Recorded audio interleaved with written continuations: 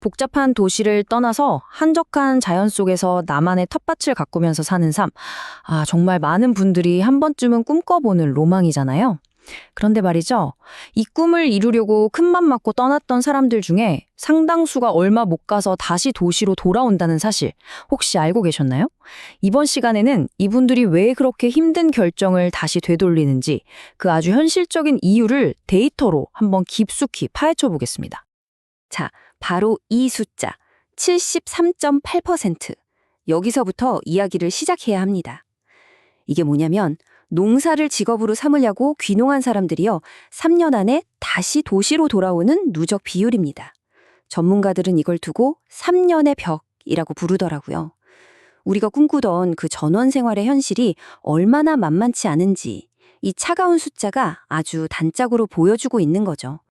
그럼 도대체 누가, 그리고 언제 농촌을 떠나고 있는 걸까요? 그 이유를 파헤치기 전에 먼저 지금 상황을 정확히 진단해 봐야겠죠. 지금부터 통계를 보면서 이 탈농의 현주소를 아주 정밀하게 들여다보겠습니다. 자, 여기서 진짜 중요한 개념 두 가지를 먼저 짚고 넘어가야 돼요. 바로 귀농인하고 귀촌인의 차이입니다. 여기 보시면 귀농인은 말 그대로 농업을 직업으로 삼으려고 농업경영체에 딱 등록한 분들이고요. 반면에 귀촌인은 직업이랑은 상관없이 그냥 생활 환경을 바꾸고 싶어서 농촌으로 이주한 분들을 말해요. 이 둘을 왜 구분해야 하냐면요. 통계를 보면 정말 뚜렷한 차이가 나타나기 때문입니다.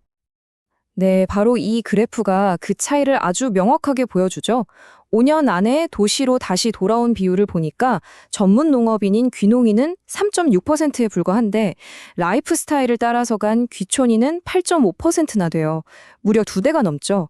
아무래도 귀촌이 상대적으로 직업이나 어떤 경제적인 기반 없이 시작하는 경우가 많다 보니까 현실의 벽에 딱 부딪혔을 때 돌아갈 가능성도 그만큼 더 크다는 뜻이겠죠. 근데 더 놀라운 사실은 바로 이겁니다. 도시로 돌아온 귀촌인들의 나이를 분석해 보니까요. 절반이 넘는 54.5%가 30대 이하였어요. 와, 농촌에 새로운 활력을 불어넣어 줄 거라고 기대했던 바로 그 젊은 세대가 가장 먼저 그리고 가장 많이 농촌을 떠나고 있다는 얘기입니다. 이건 정말 우리가 심각하게 생각해 봐야 할 문제예요. 그렇다면 대체 왜 이런 현상이 벌어지는 걸까요? 농사일이 너무 힘들어서? 아니면 돈 벌기가 어려워서? 물론 그것도 이유가 될 수 있겠죠. 하지만 데이터가 가리키는 가장 큰 원인은 아마 많은 분들이 생각하는 것과는 조금 다를 겁니다. 자, 이 표를 한번 보세요.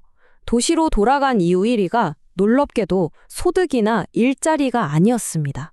압도적인 비율로 생활, 복지, 편의시설 부족. 이게 1위였어요. 무려 30%입니다. 우리가 흔히 생각하는 경제적인 문제보다 훨씬 더 높은 순위라는 거. 바로 여기에 핵심이 숨어 있습니다. 네, 그러니까 말이죠. 농사일이 힘든 건 어느 정도 각오하고 갔다는 거죠. 하지만 병원이나 학교, 문화시설 같은 도시 수준의 기본적인 삶의 질을 누릴 수 없다는 게 결국 이분들을 다시 도시로 돌아오게 만드는 가장 결정적인 요인이었던 겁니다. 다시 말해 농업의 어려움은 견딜 수 있어도 생활 인프라의 격차는 견디기 힘들었다는 거예요. 여기에 사람과의 관계라는 또 다른 문제가 끼어듭니다. 한 지원센터에서는 실패의 원인으로 이 삼척하는 태도를 꼽았는데요.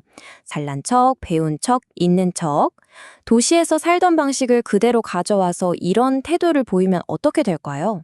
협동이 정말 중요한 농촌 공동체에서 고립될 수밖에 없겠죠. 이게 결국 적응 실패로 이어지는 보이지 않는 장벽이 되는 겁니다. 정부 정책이 현실과 동떨어져 있는 것도 무시할 수 없어요. 예를 들어서 낡은 빈집을 수리하라고 최대 2천만 원을 지원해 줬는데 솔직히 요즘 그 돈으로 제대로 된 리모델링 어림도 없잖아요. 결국 사람이 살만하게 집을 고치기엔 턱없이 부족한 금액이었던 거죠.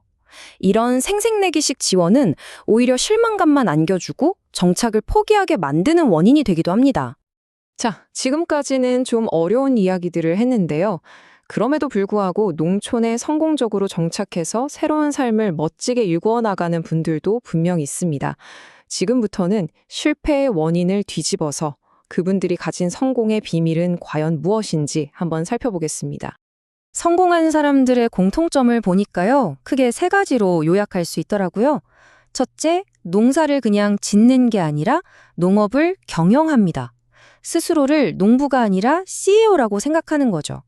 둘째, 철저한 사전 준비와 끊임없이 배우는 자세는 그냥 기본이고요. 그리고 마지막으로 아까 말한 삼척과는 정반대로 아주 겸손하게 지역사회에 먼저 다가가서 스며들려고 노력한다는 겁니다. 이 세 가지가 바로 성공의 청사진이라고 할 수 있겠습니다. 이게 바로 그 농업 경영인 마인드의 좋은 예시들인데요. 보세요. 그냥 쌀을 파는 게 아니라 현미쌀 두부로 가공해서 팔고 남들이 잘 안 하는 노루궁뎅이 버섯 같은 특화 작물에 집중하는 거죠. 또 유기농 감귤 부산물로 잼이나 주스를 만드는 것처럼 생산, 즉 1차 산업과 가공, 2차 산업, 그리고 유통이나 서비스 같은 3차 산업을 전부 결합하는 6차 산업을 시도하기도 하고요. SNS로 소비자와 직접 소통하면서 나만의 판매 채널을 만드는 것도 마찬가지입니다. 바로 이런 게 차이를 만드는 전략인 거죠. 자, 지금까지 살펴본 실패의 원인과 성공의 비밀들. 이걸 전부 종합해보면 우리는 이 귀농이라는 현상을 완전히 새로운 관점에서 바라봐야 한다는 결론에 도달하게 됩니다. 핵심은 바로 이겁니다. 성공적인 귀농, 귀촌이라는 건요, 단순히 도시를 탈출하는 도피가 아니에요. 그건 일과 소득, 주거, 의료, 교육, 인간관계까지 내 삶의 모든 인프라를 제로 베이스에서 다시 설계하는 아주 거대한 프로젝트인 셈입니다. 결국 낭만적인 꿈만 가지고는 현실의 벽을 넘을 수가 없습니다. 철저한 준비와 새로운 관점이 필요하죠. 그래서 마지막으로 여러분께 이런 질문을 한번 던져보고 싶습니다. 진정한 정착에 필요한 것은 농사를 짓는 기술이 아니라 어쩌면 내 삶을 온전히 설계하는 기술, 바로 그게 아닐까요? 이 질문에 대한 여러분의 생각을 기다리면서 오늘 이야기 마치겠습니다.